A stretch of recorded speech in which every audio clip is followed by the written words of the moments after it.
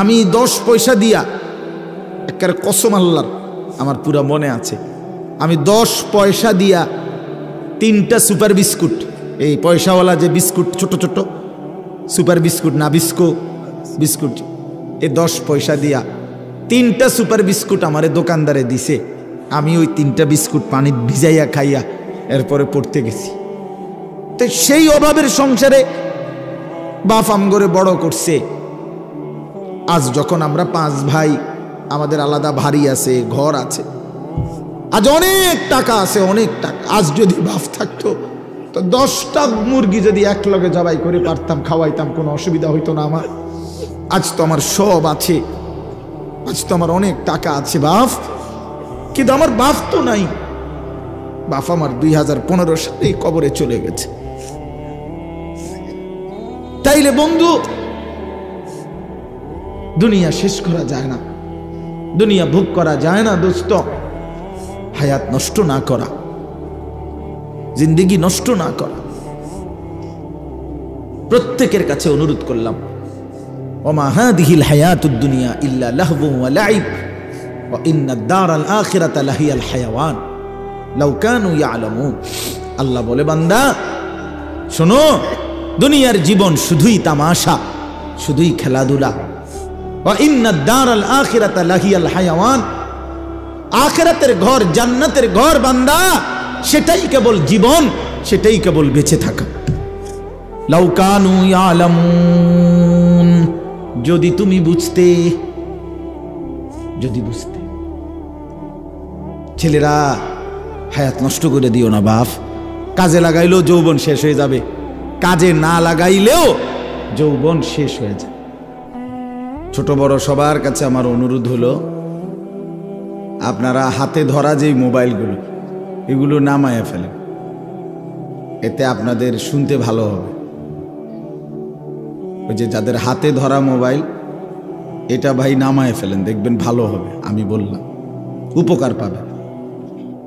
হাতে ধরে mobile record করলে বয়ান শোনা হয় না, বোঝা হয় না, কলিজায় ঢোকে না।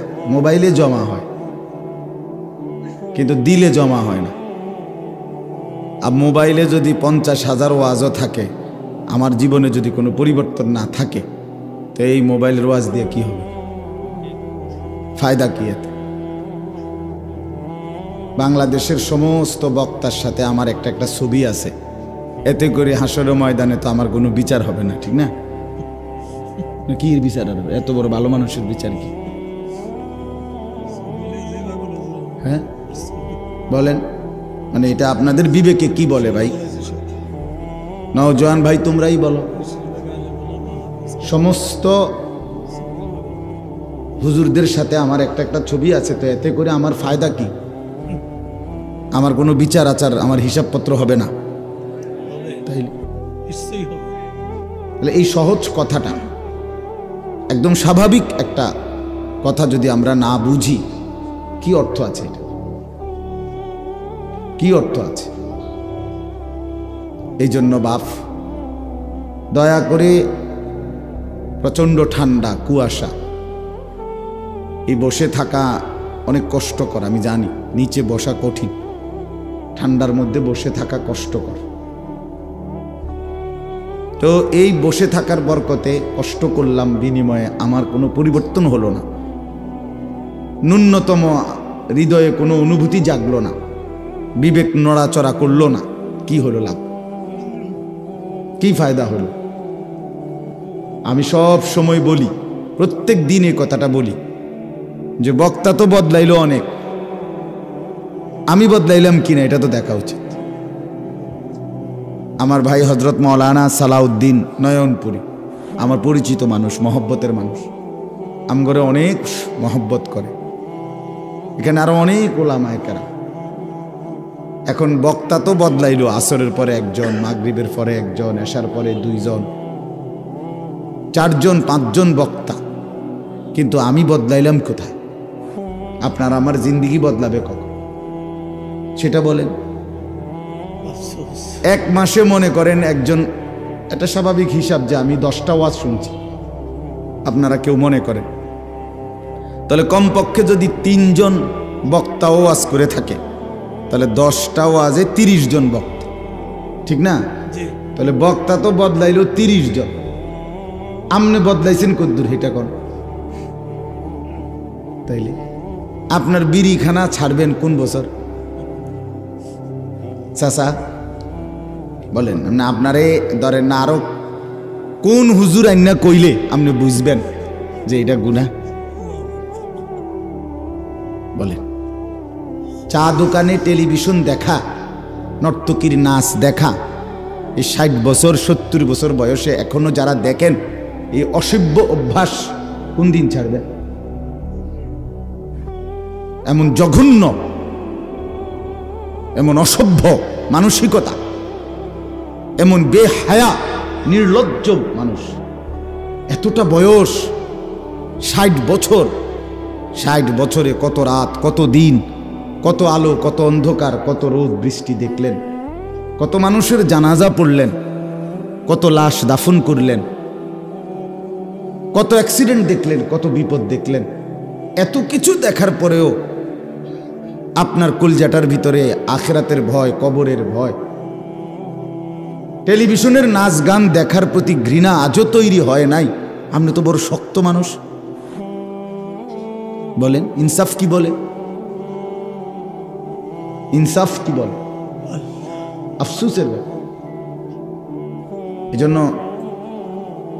আমি বদলাবো কোন দিন সেটা তো দেখার কথা।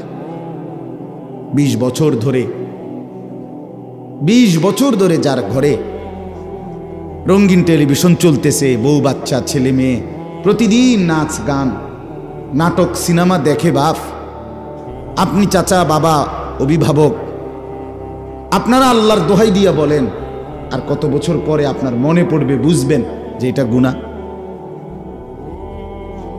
বলেন মানে আর কি দিয়া বললে? আল্লাহর কোরআন থেকে বলা হয়েছে, রাসূলুল্লাহ সাল্লাল্লাহু আলাইহি সাল্লামের হাদিস থেকে বলা হইল, এত উলামায়ে কেরাম বলল, এরপরে আর কি বললে, কোনখান থেকে বললে আপনি বুঝবেন এটা গুনাহ?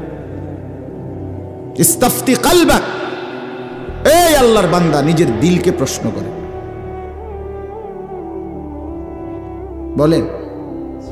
কেউ কাউরে কিছু বললেন না, আমারটাই শুনেন, শুধু নিজেরা মন্তব্য করেন না।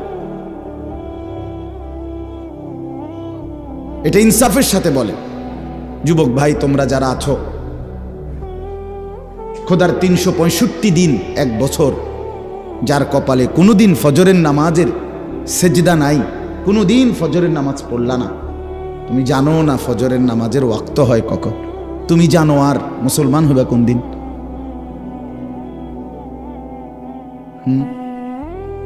বলো ভাইয়া, তুমি মানুষের বাচ্চা হবা কোন দিন? যার কপালে সেজদা নাই, আমার তো তারে মানুষের বাচ্চা মনে হয় না। কোরআনুল কারীমে আল্লাহ তাআলা জানোয়ার বলছে যে মানুষগুলোকে, সে না হইলে কে হবে? তাহলে কারে বলতে চাইছে? 365 দিতে 1 বছর, 5 বছরে 10 বছরে কোনোদিন বলতে পারবে না ফজরের ওয়াক্ত হয় কখন। এমন ডাকাত, এমন পাষাণ, এমন জালেম এখানে নাই? তো তুমি কোন দিন বুঝবা? বলে কোন দিন অনুভব হবে?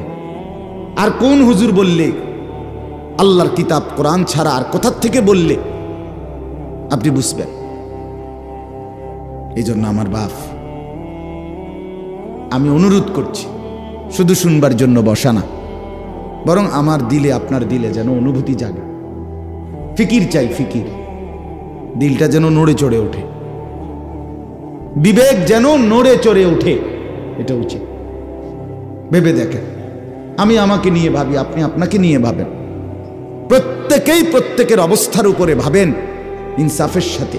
যুবক ভাই তোমরাও ভাবো, মুরব্বী চাচা আপনারাও ভাবেন, পর্দার আড়ালের মা বোন 20 বছর ধরে বেপর্দা চলেন, আজকে 10 বছর ধরে আপনি গোসল করেন যেই জায়গায়, রাস্তার মানুষ আপনারে দেখে আসতে যাইতে আমনের মতো বেহায়া নির্লজ্জ মহিলা যে গোসল করে কেমনে পর্দার আড়ালে, এ কথাটুকুও বোঝেন না, আপনি মুসলমানের বেডি হইলেন কেমনে?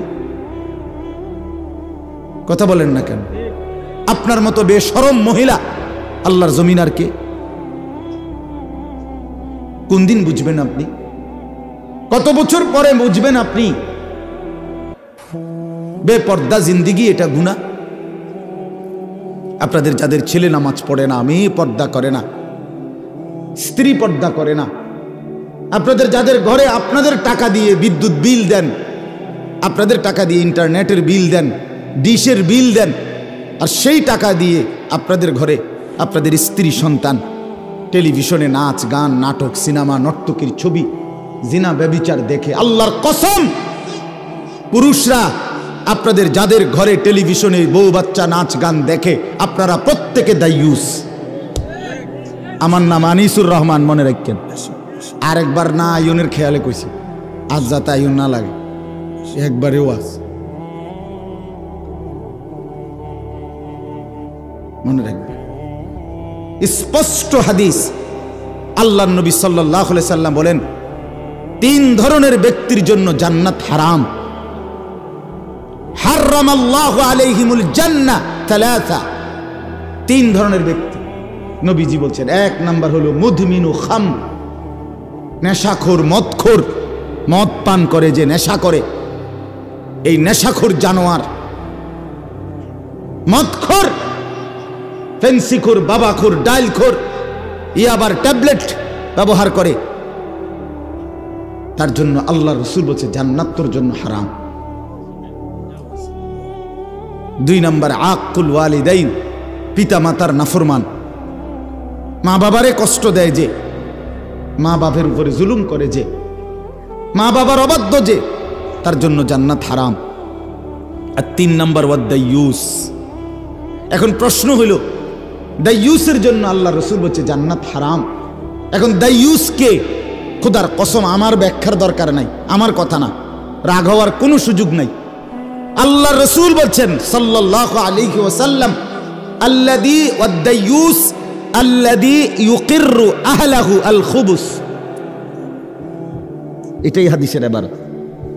রাসূলুল্লাহ সাল্লাল্লাহু আলাইহি সাল্লাম বলেন এবং দাইয়ুসের জন্য জান্নাত হারাম। আর দাইয়ুস বলে যে তার পরিবারের স্ত্রী সন্তানের জন্য গুনাহ, নাফরমানি, খাবাসাত, জঘন্যতা, অশ্লীলতা, বেহায়াপনা, অসভ্যতাকে স্বীকৃতি দেয়, মেনে নেয়, তারে বলে দাইয়ুস, তার জন্য জান্নাত হারাম। হ আকার হা, অন্ত্যেষ্টিয় আকার ম, হারাম। বানান করে কইছে, আবার যদি কেউ বানান না পারে আল্লাহ বানান করে কইছে।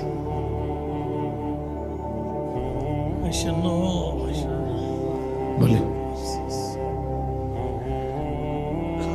জবাব দেন আপনারা।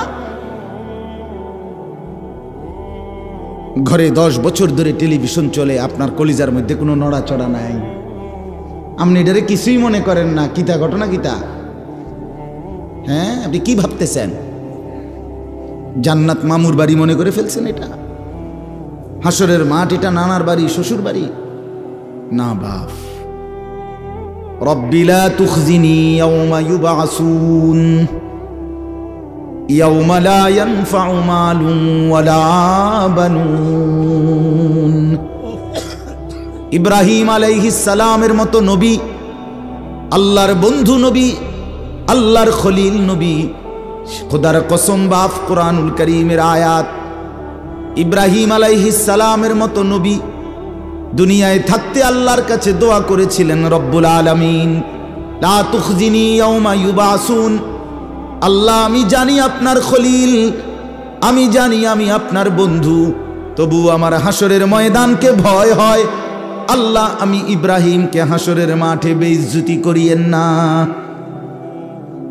ইয়াওমা লা ইয়ানফাউ মালুন ওয়ালা বানুন। আল্লাহ, যেদিন স্ত্রী সন্তান মাল সম্পদ কোনো কিছুই কাজে আসবে না, সেদিন আমি ইব্রাহিমকে বেইজ্জতি করবেন না। আমার বাপ ইব্রাহিমের মতো নবী বলতেছে, আল্লাহ হাসরের ময়দানকে আমার ভয় হয়। আপনি কে? আমি কে? কথা বলেন না। আপনি আমার কোনো পাত্তা আসেনি? হ্যাঁ, রাসূলুল্লাহ সাল্লাল্লাহু আলাইহি সাল্লাম পরিষ্কার বলছে ইব্রাহিম আলাইহিস সালাম ওনার ছেলে ইসমাঈলকে দেখবে হাসরের ময়দানে, ওই যে দেখা যায়।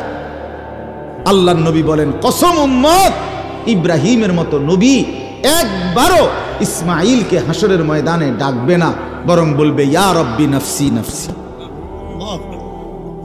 আল্লাহ আমাকে বাঁচান আমাকে। ইসমাঈল তারটা সে বুঝো।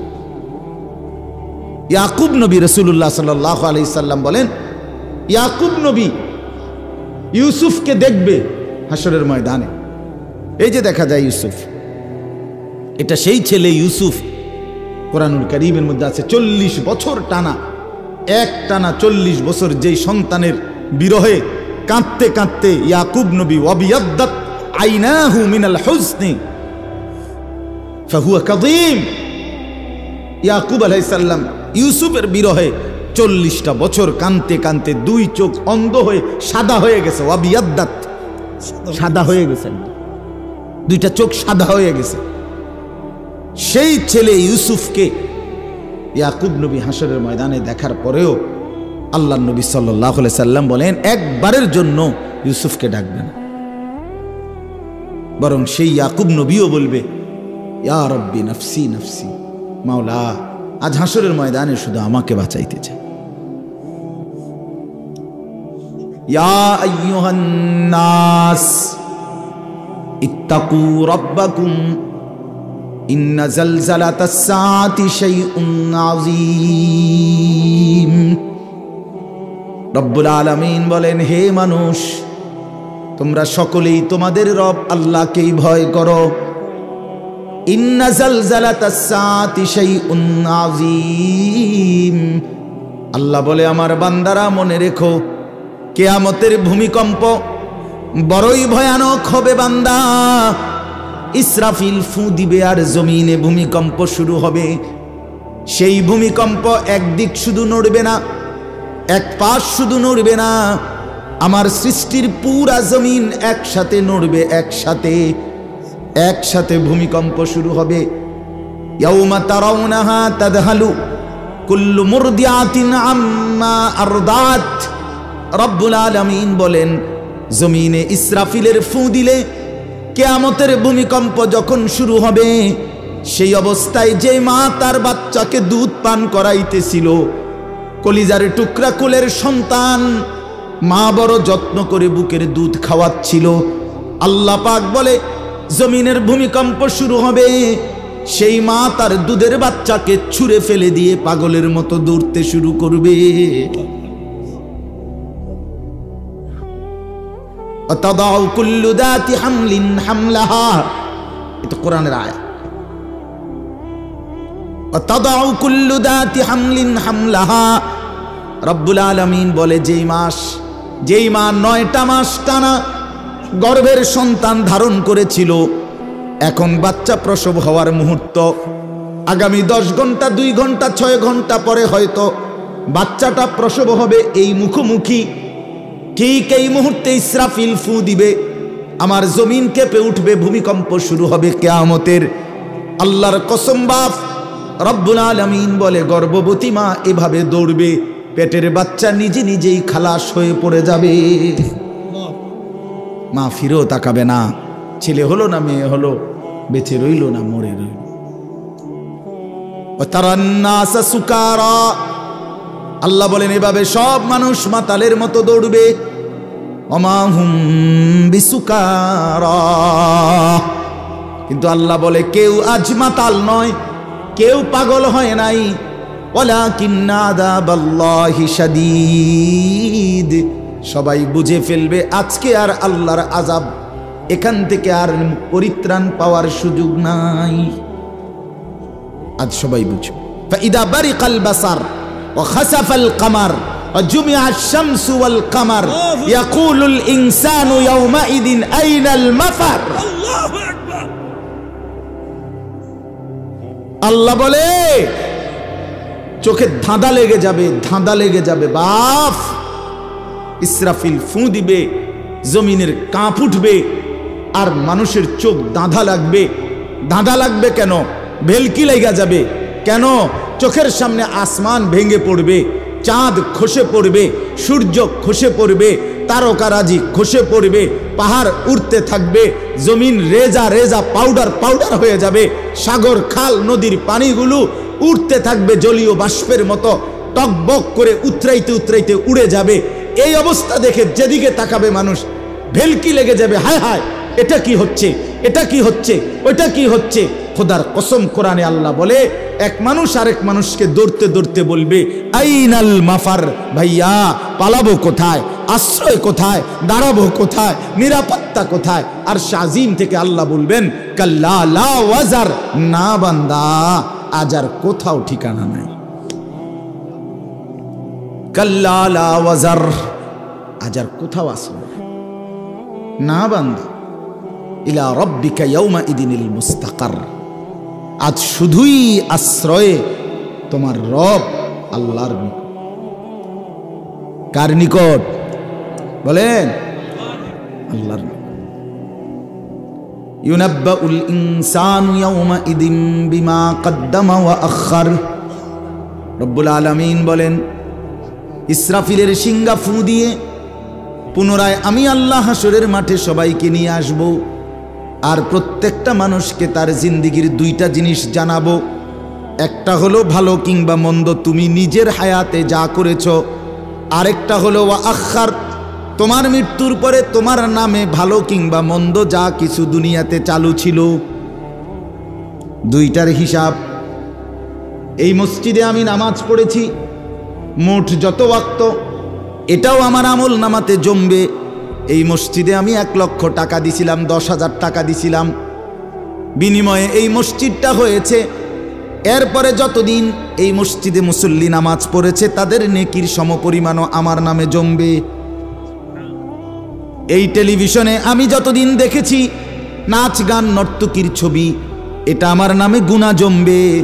আল্লাহর কসম বাপ, আমার মৃত্যুর পরে স্ত্রী সন্তান ছেলে মেয়ে আমার ঘরে যেই রঙিন টেলিভিশনে নাচ গান যত বছর ধরে দেখেছিল, আল্লাহর কসম বাপ সমস্ত গুনার 100 সমান আমার আমল নামার মধ্যেও জমা হবে। 100 মিসলু আসামে মান তাবিআ, অর্ধেক অর্ধেক। মিসলু মানে সমান সমান সমান। লা ইয়ানকুসু যালিকা মিন আসামিহিম শাইআ, এক বিন্দু গুনাহ নাফরমান যে করছে তারও কমাবে না, যে ব্যবস্থাপনা করেছে তারও কমবে না। অপেক্ষা করে আপনি নিশ্চিন্ত থাকেন। আপনার টাকা দিয়া কিনা টেলিভিশন আপনার মৃত্যুর পরে তারা ছেলে মেয়ে স্ত্রী সন্তান দেখবে, অথচ আপনার নামে কোনো কিছু জমা হবে না। না না, তারা কি এত বড় অকৃতজ্ঞ নাকি? তারা বলবে আমনে আব্বা নিশ্চিন্তে কবরে যান, আমরা পাঠামু আপনার নামে গুনাহ, আপনি টেনশন করেন কেন? আপনি আমগো বাপ না, আপনি কোনো চিন্তা করেন, কোনো চিন্তা। আপনি সুদে টাকা দিয়ে আমারে মানুষ করছেন, সুদে টাকা দিয়ে ঘর করে দিছেন, আপনি মরার পরেও আপনার নাম ভুলবো কেন? সুদের টাকা চলবে, আপনার নামও আমল জমবে, গুনাহ জমবে, অসুবিধা কি? আপনি নিশ্চিন্ত থাকেন। নাউযুবিল্লাহ। হ্যাঁ বাপ, খামখেয়ালি করেন না, আমি অনুরোধ করছি।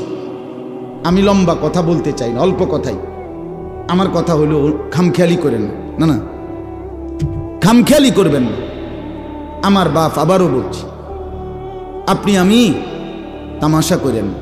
নওজোয়ান ছেলেরা, নওজোয়ান, কোনোভাবেই তুমি এই জওয়ানির হালাতে শেষ পর্যন্ত থাকতা না, হয় কবরে চলে যাবা নয় বৃদ্ধ হয়ে যাবে। আমার বাপ এই শরীর যৌবন হয়তো কবরে পাঠাই দিবে, আর নাই তো শরীরটা দুর্বল হইয়া বৃদ্ধ হয়ে যাবে। এই জওয়ানি থাকবে না দোস্ত, থাকবে না।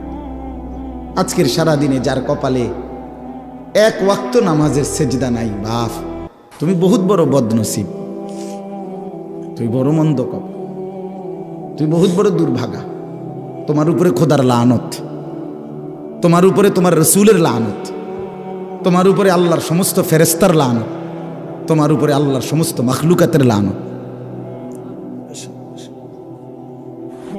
এত অভিশাপ নিয়ে তুমি বাঁচতা না, ভালো থাকতে পারত না, সুখে থাকতে পারত না।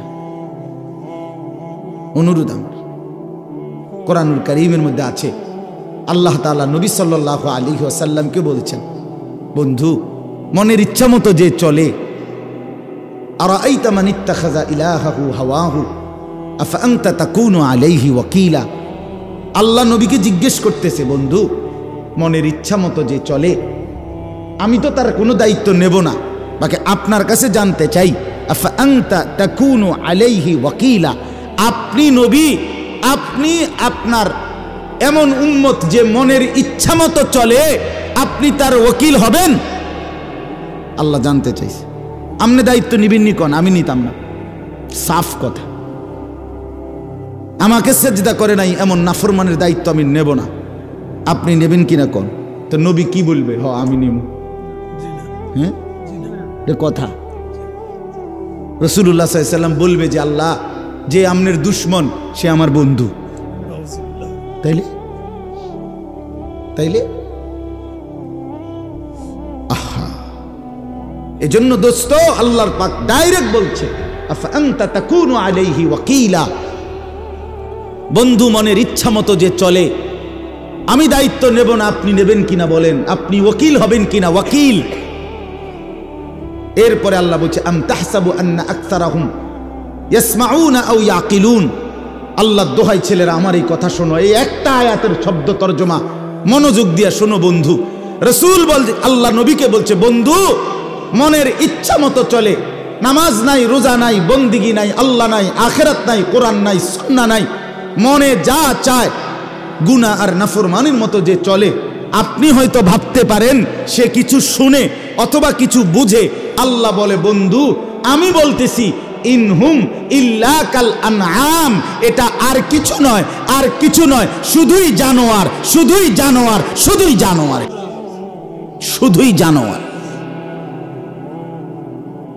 ইনহুম ইল্লা কাল আনআম, নফি ইস্তিসনা আরবি ভাষার গ্রামারের নিয়ম হইল নফি ইস্তিসনা তাকিদ বুঝায়। আর কিছু নয়, আর কিছু নয়, শুধুই জানোয়ার, এটাই তর্জমা। অর্থ এমনি কইতেই, বালহুম আদাল্লু সাবিলা। আল্লাহ বলে, না বন্ধু জিদ তো আমার কমলো না। আল্লাহ বলে, বন্ধু রাগ তো আমার কমে নাই। আরে জানোয়ার বলে আমার আল্লাহর রাগ কমে নাই। আল্লাহ বলে, না বন্ধু না, এটা জানোয়ারও না, এটা জানোয়ারের চাইতো নিকৃষ্ট পথহারা। এটা কুত্তাও না, শুয়োরও না, এটা গরুও না, ছাগলও না, এটা কি কুত্তাও না, না না না, এর চাইতো পথহারা। এক কুকুর যদি কেউ লাঠি আলগি দেয়, তাহলে সেই কুকুর বুঝে আমারে মারবে, আমার ক্ষতি হবে, দৌড় মারে। আর মানুষ নামের এই জানোয়ার ঘন্টার পর ঘন্টা মোবাইলে উলঙ্গ ছবি দেখে, নর্তকীর নাচ দেখে, এক ওয়াক্ত নামাজ পড়ে না, একটা টাকা হারাম হালাল উপার্জন করে না, স্ত্রী পর্দা করে না, ছেলে নামাজ পড়ে না, মেয়ে পর্দা করে না, সারাদিন দুনিয়ার অবৈধ উপার্জন নিয়ে পড়ে থাকে। তার মানে এই সবগুলো গুনাহ যে তাকে জাহান্নামের ধাউ ধাউ আগুনে জ্বালাবে, এই জানোয়ার এটাও বোঝে না। এ তো কুত্তার তুনু খারাপ, এ তো কুকুরের চাইতেও খারাপ। কুকুর তো লাঠি আলগি দিলে বোঝে যে আমার মারবো, এই জন্য দৌড় মারে। বালহুম আদাল্লু সাবিলা। আল্লাহ তাআলা বলে, বরং সে তার চাইতেও বেশি নিকৃষ্ট পথহারা। আল্লাহ আমাদেরকে মাফ করে দেন। আমার ভাই, শক্ত কথা বলছি শুধু এই কারণে, দিল জাগাইতে চাইছি, নইলে আমার কোনো কারোর সাথে কাজ্জা হয়েছে না, এনে বলে আইয়ে একটা মারামারি হয়েছে, আজ যা সুযোগ পাইছি মাইকে সুইরালাম। ব্যাপারটা এমন কিছু মনে করায় দেওয়া। কেন ভুলে যাব আল্লাহকে? কেন ভুলে যাব আল্লাহকে? কেন আখিরাত ভুলে যাব আমরা? আল্লাহকে কেন ভুলে যাওয়া? দুনিয়া আমাদেরকে কি দিল? নর্তকী আমাদেরকে কি দিল? গান, বাদ্য, নাটক, সিনেমা আমাদেরকে কি দিল? হারাম উপার্জন যে মানুষগুলো করছেন, আল্লাহর কসম করে বলেন, তার কি সংসারের প্রয়োজন, চাহিদা শেষ পর্যন্ত পূরণ হয়ে গেছে? তাই লাভ হয়েছে কি? হালাল উপার্জন যে করে তারও সংসারের অসংখ্য চাহিদা অপূর্ণ থেকে যায়, হারাম যে উপার্জন করে তারও থেকে যায়। দুনিয়া তো রাক্ষস, দুনিয়া তৃপ্ত হয় না। আমি প্রত্যেক দিন বলি, দুনিয়া কাউকে তৃপ্ত হতে দেয় না। দুনিয়া একটা রাক্ষসের নাম, যে রাক্ষস এতগুলো দিলেও গিলে ফেলে আবার মুখ খা করে, এর নাম দুনিয়া। দুনিয়া ছোট কম্বলের মতো, যে কম্বল নিচেরটা ঢাইকা দিলে উপরটা খালি হয়ে যায়, উপর অংশ ঢাকলে নিচের অংশ খালি হয়। রাসূলুল্লাহ সাল্লাল্লাহু আলাইহি ওয়াসাল্লাম বলেন, লা ইয়ামলাউ জাওফু ইবনু আদামা ইল্লা তুরাব। কবরের মাটিতে ঢুকা পর্যন্ত খোদার কসম নবী বলেন, বনি আদমের পেট ভরবে না। বনি আদম মানুষ তৃপ্ত হবে সেদিন, স্বস্তি পাবে সেদিন, স্থির হবে সেদিন যেদিন কবরে ঢুকবে। তার আগ পর্যন্ত কি নাই? তৃপ্তি নেই। দুনিয়া তৃপ্ত করে না, দুনিয়া তৃপ্ত করে। হাত্তা ইদা আখাদাতিল আরদু যুখরুফাহা ওয়া যায়্যানাত ওয়া যান্না আহলুহা আন্নাহুম কাদিরুনা আলাইহা আতাহা আমরুনা লাইলান আও নাহারান ফাজআলনাহা হাসীদান কাআল্লাম তাগনা বিল আমস। সূরা ইউনূসের আয়াত। আল্লাহ বলেন, দুনিয়া কেমন জানো? এক কৃষক খেতে ধান ফলাইছিল, সারা খেতে সবুজ গাছ ভরে উঠছে। কৃষক খুব খুশি, এত সুন্দর ধান হইছে, সবুজ গাছ হইছে এবং সবগুলো ধান বের হইছে। কৃষক বসে বসে ধান ক্ষেতের পাশে দাঁড়াইয়া আগামী 2 বছরের 1 বছরের পরিকল্পনা লাভের করতেছে, যে এই ধানগুলো বিক্রি করে আল্লাহর রহমতে আশা করি লাখ 2 টাকা যদি মিল হয়, দোতলার কামড়া ধরমু, ফোলাগা বিদেশ ফাটামু, মেয়েটা বিয়ে দেবো, হ্যাঁ, অথবা 2টা রোম আর বাকি, 2টা রোম শেষ করমু। এইভাবে ভেবে সে তার প্ল্যান প্রোগ্রাম করতেছে। কিসের উপরে? সবুজ ধান গাছগুলোর উপরে তাকাইয়া। আল্লাহ বলেন, আতাহা আমরুনা লাইলান আও নাহারান। হঠাৎ এক রাতে অথবা সকালে এই লোকের অগোচরে আমি আল্লাহর পক্ষ থেকে হয়তো মুষলধারে প্রচণ্ড বৃষ্টি অথবা প্রচণ্ড ঝড়ো বাতাস অথবা যেই কোনো রকমের পোক, কোনো কিছু পোকা এই ক্ষেতের মধ্যে লাগছে। 1 ঘন্টায় 1 ঘন্টায় 1 রাতে সকালবেলা আইসা সে দেখছে একদম মাটির সাথে মিশে গেছে ফসল। কাআল্লাম তাগনা বিল আমস, মনে হচ্ছিল যেন গতকালকে এখানে কিছুই ছিল না। আল্লাহ বলে, ঠিক দুনিয়ার জীবন বান্দা এমন। 50 বছর পরিকল্পনা করে, কত কষ্ট, রক্ত পানি করে, রাত দিন হালাল হারাম বাজ বিচার করে নাই। কিসের আল্লাহ, কিসের নামাজ, কিসের রোজা, কিসের হালাল হারামের পার্থক্য? দুনিয়া শুধু 2 হাতে ছিঁড়া কামড়াইয়া দুনিয়া জোগাড় করছে। জোগাড় করার পরে এখন যখন সিদ্ধান্ত নিছে ভোগ করবে দুনিয়া, মালাকুল মউত আজরাইল আইসা বলছে, চাচা চলেন, যাওয়ার সময় হয়ে গেছে, যাওয়ার সময় হয়ে গেছে। হ্যাঁ, আমরা কিতাবে পড়ছি, দিল্লির একজন সম্রাট ছিল শের শাহ। শের শাহ তিনি দিল্লির বাদশাহ হয়েছিলেন। দীর্ঘ 60 বছর যুদ্ধ করে লাগাতার শেষ পর্যন্ত উনি দিল্লির ক্ষমতা দখল করছিলেন, দিল্লির বাদশাহ হয়েছিলেন। তখন ওনার বয়স হয়ে গেছে 70 ঊর্ধ্বে যখন উনি দিল্লির মসনদে বসছেন। ইতিহাসের বক্তব্যে আছে, দিল্লির সম্রাট শের শাহ একদিন বলছিলেন এই অবস্থায় যে, হায়, আমার রাজত্বের সূর্য যখন উঠল, আমার হায়াতের সূর্য যখন ডুবতে শুরু করল। আমার রাজত্বের সূর্য তো উঠছে, আজ তো আমার ক্ষমতার অনেক কিছু হয়েছে, কিন্তু আমার হায়াতের সূর্য তো ডুবতে শুরু করছে। আমার তো আর এখন উপভোগ করার টাইম নেই। আমার বাপ হতে পারে কবরে পৌঁছায় দিবে, অথবা অসুস্থ, রোগ, বৃদ্ধ, দুর্বলতা অক্ষম করে দিবে। আমরা 5 ভাই 3 বোন 8 জন। আমার আব্বা 43 বছর এক মসজিদে ইমামতি করছে, একটা প্রাইমারি স্কুলের মাস্টারি করছে। 8 জন ভাই বোনকে অনেক কষ্ট কইরা অভাবের সংসারে আব্বা পড়ালেখা করাইয়া দিন শিখাইছে। অনেক কষ্ট হয়েছে বাপের, সেই স্মৃতি আমার পুরা মনে আছে। বাপ অভাবের সংসারে বাবার টানা হেসরাটা কেমন ছিল। 8টা ভাই বোন, পড়ালেখা করাইতে গিয়ে বাবার বুকটা মাটির সাথে লাগিয়ে গেছে। একটা গেঞ্জি দিয়েও বাবার জিন্দেগি চলছে। আমার একটা বয়ানের মধ্যে আছে, আমি একবার বলছিলাম, আমি ঈদের দিনেও আমার ঈদের পাঞ্জাবিটা সেলাই হয় নাই, ঈদের দিনও আমি দাঁড়াইয়াছিলাম টেইলারের সামনে। টেইলারের দোকানদার সেলাই করে দেওয়ার পর এরপরে আমি ঈদগাহে নামাজ পড়তে গেছি। ছোটবেলায় আমার ছোট ভাই 1 কেজি আটার টাকার থেকে আমার মা বলে দিছে 1 কেজি আটার টাকা দোকানদারে দিয়া কইবি তোরে যেন 2 টাকার কম দেয় আটা, ওই 2টা টাকা যেন তোকে দেয়, সেই 2 টাকা দিয়া তুই কিছু খাইস। মা এইভাবে সংসারে ছোট ভাইরে টাকা দিছে। আমি 10 পয়সা দিয়া, একেবারে কসম আল্লাহর আমার পুরা মনে আছে, আমি 10 পয়সা দিয়া 3টা সুপার বিস্কুট, এই পয়সাওয়ালা যে বিস্কুট ছোট ছোট সুপার বিস্কুট, না বিস্কো বিস্কুট, এই 10 পয়সা দিয়া 3টা সুপার বিস্কুট আমারে দোকানদারে দিছে। আমি ওই 3টা বিস্কুট পানি ভিজাইয়া খাইয়া এরপরে পড়তে গেছি। তো সেই অভাবের সংসারে বাপ আমগরে বড় করছে।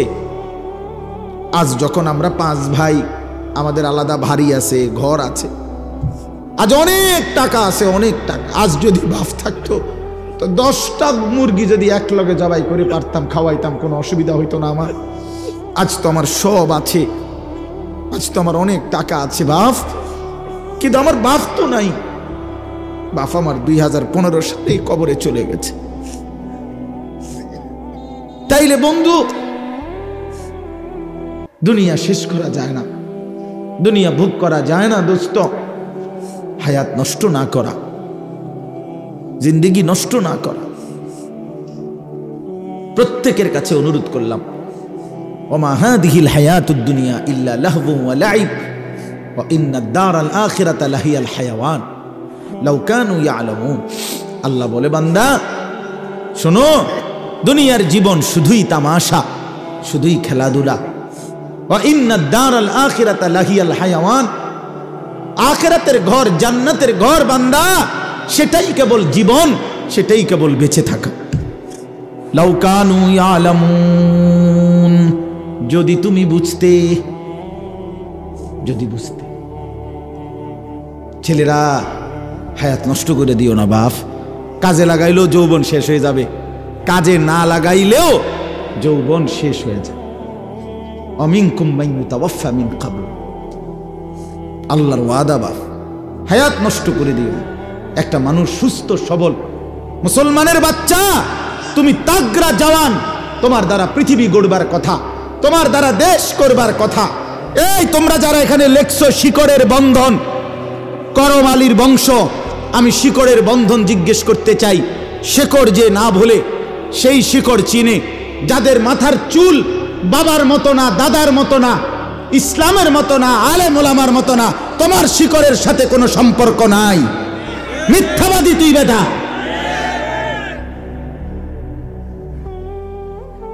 তোর বাবা কোনোদিন এই চুল রাখে নাই। কথা বলেন না কেন? এটা শিকড়। তুমি শিকড় ছিঁড়ে ফেলছো। শিকড় কাগজে লিখলে হবে না, প্রমাণ করো তোমার শিকড়। তোমার দাদা দিন রাত, তোমার দাদা মোবাইলে উলঙ্গ ছবি দেখতো না?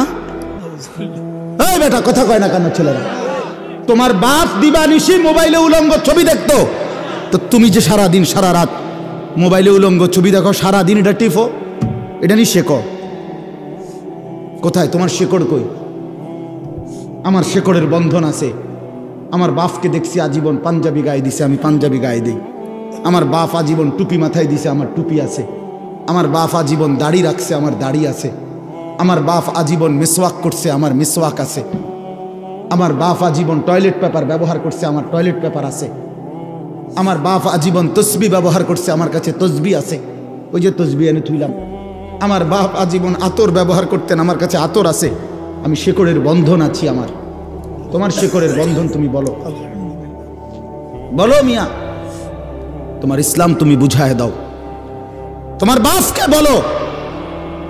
আমি তো অসংখ্যবার বলছি, তোমরা যারা সিনেমার নর্তকীর ছবি, নাচ গান, জিনা ব্যভিচারের দৃশ্য দেখো, এই বাপ তোমরা এক পবিত্র মুসলমান মায়ের 2 বছর দুধ খাইয়া বড় হইছিলা, তোমরা ওই নর্তকীর হাতে বড় হও নাই, মায়ের হাতে বড় হইছো তোমরা।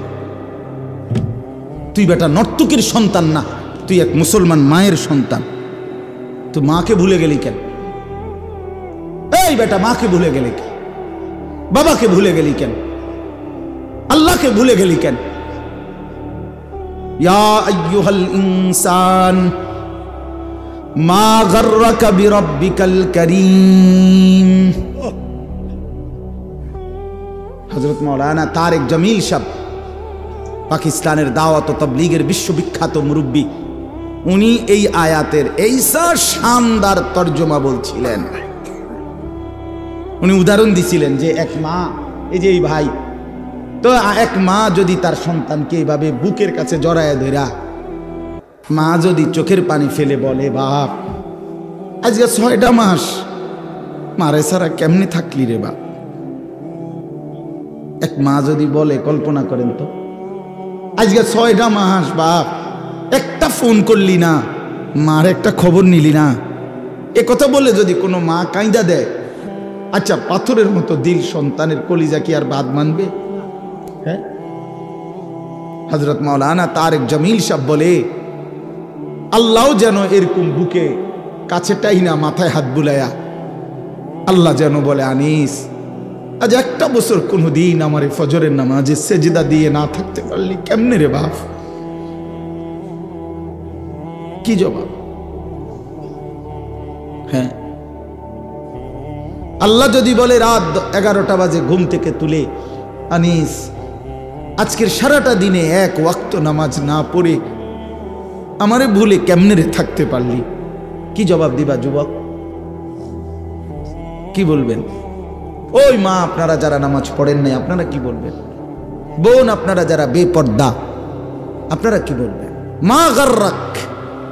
মা গাররাকা বিরাব্বিকাল কারীম।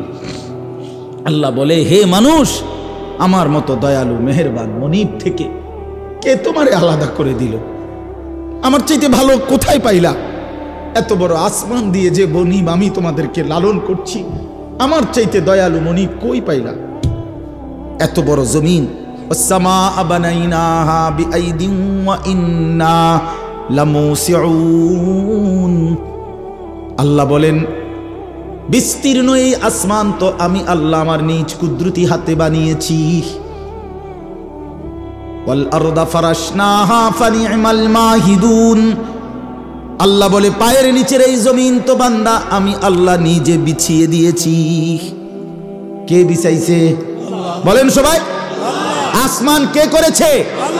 এত বড় আসমান, এত বড় জমিন দিয়ে বান্দা আমি তোমাকে লালন করছি, আমার চাইতে দয়ালু মনিব তুমি কই পাইলা?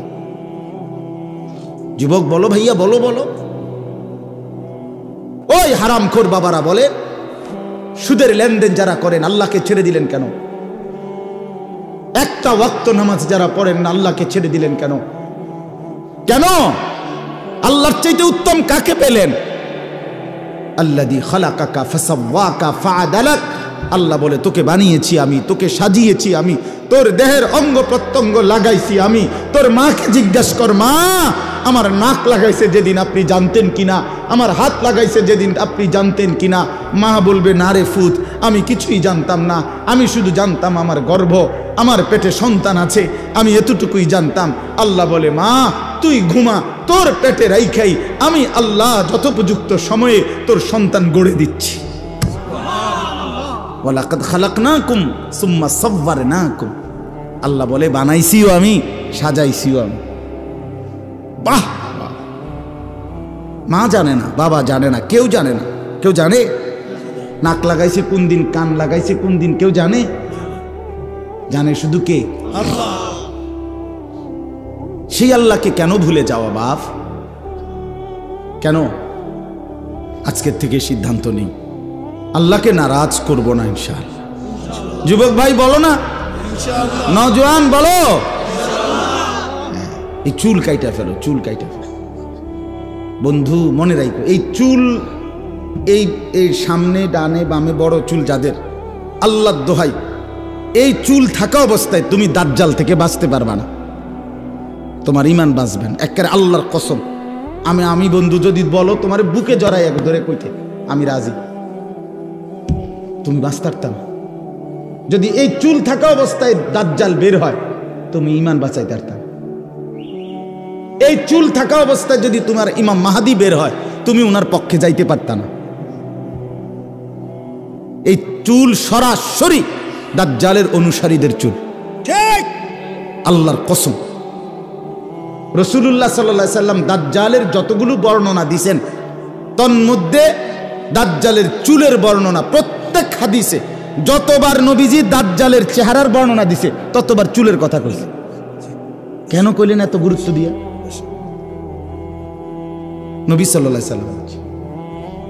হ্যাঁ বা এই জন্য দুশ্মন কৌশল করে এই চুল বর্তমান মুসলিম যুব সমাজের কাছে ব্যাপক পরিচিত করে দিয়েছে।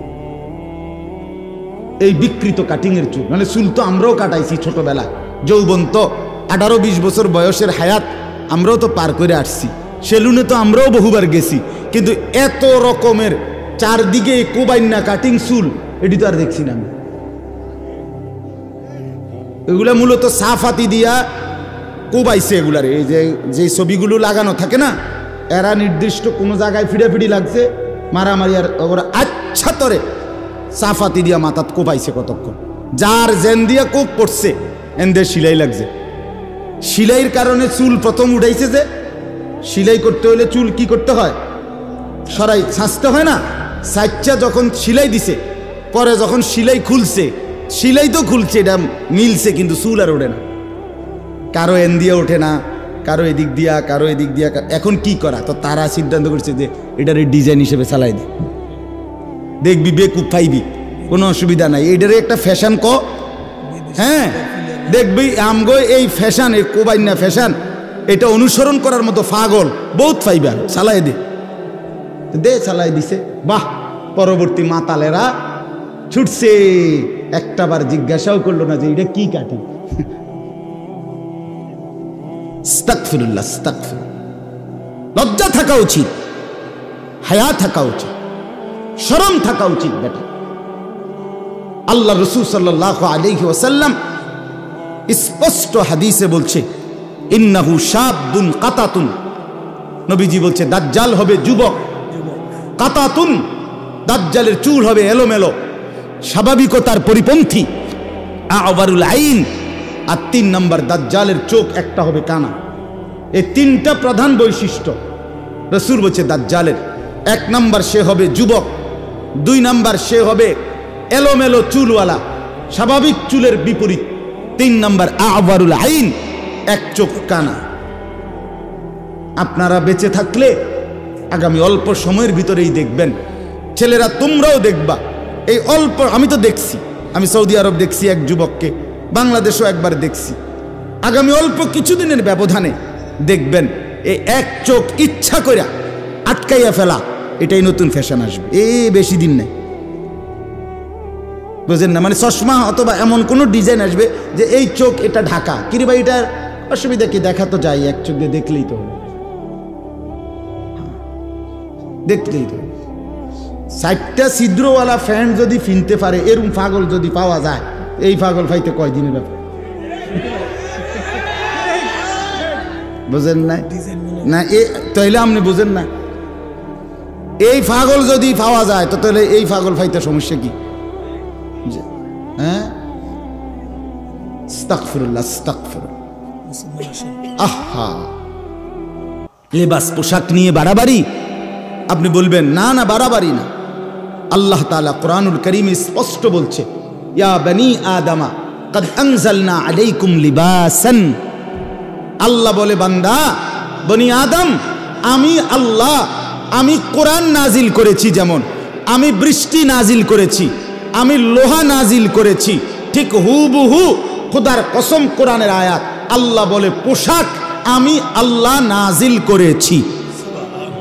পোশাক কোনো খামখেয়ালি বিষয় না, পোশাক আল্লাহ বলছে কদ আনজালনা আলাইকুম লিবাসান, আমি পোশাক নাজিল করেছি। ইবলিসের প্রথম হামলা কি? পোশাকের উপর, এটা জানেন? কথা বোঝেন নাই? ইবলিস হওয়ার পর, মরদুদ হওয়ার পর রাজিম হওয়ার পর, অভিশপ্ত, আল্লাহ যখন তাকে আল্লাহর দরবার থেকে বের করে দিছে, তখন সর্বপ্রথম ইবলিসের আদম এবং হাওয়ার উপরে ষড়যন্ত্র করার পরে প্রথম তাদের কি ক্ষতিটা করছে? বনি আদমের প্রথম ক্ষতি করে ইবলিস, তার লেবাস এবং পোশাক খুলে ফেলে। এই জন্য আদম এবং হাওয়া আলাইহিমাস সালাম, কোরআনে আছে, যখন ওই নিষিদ্ধ গাছের ফল ইবলিসের প্ররোচনায় ভক্ষণ করছে, সাথে সাথে ওনাদের গায়ের থেকে পোশাক খুলে পড়ে গেছে। এই জন্য ইবলিসের প্রথম আক্রমণ পোশাকের উপর। এটা কোরআনের আয়াত, সূরা আরাফে আছে।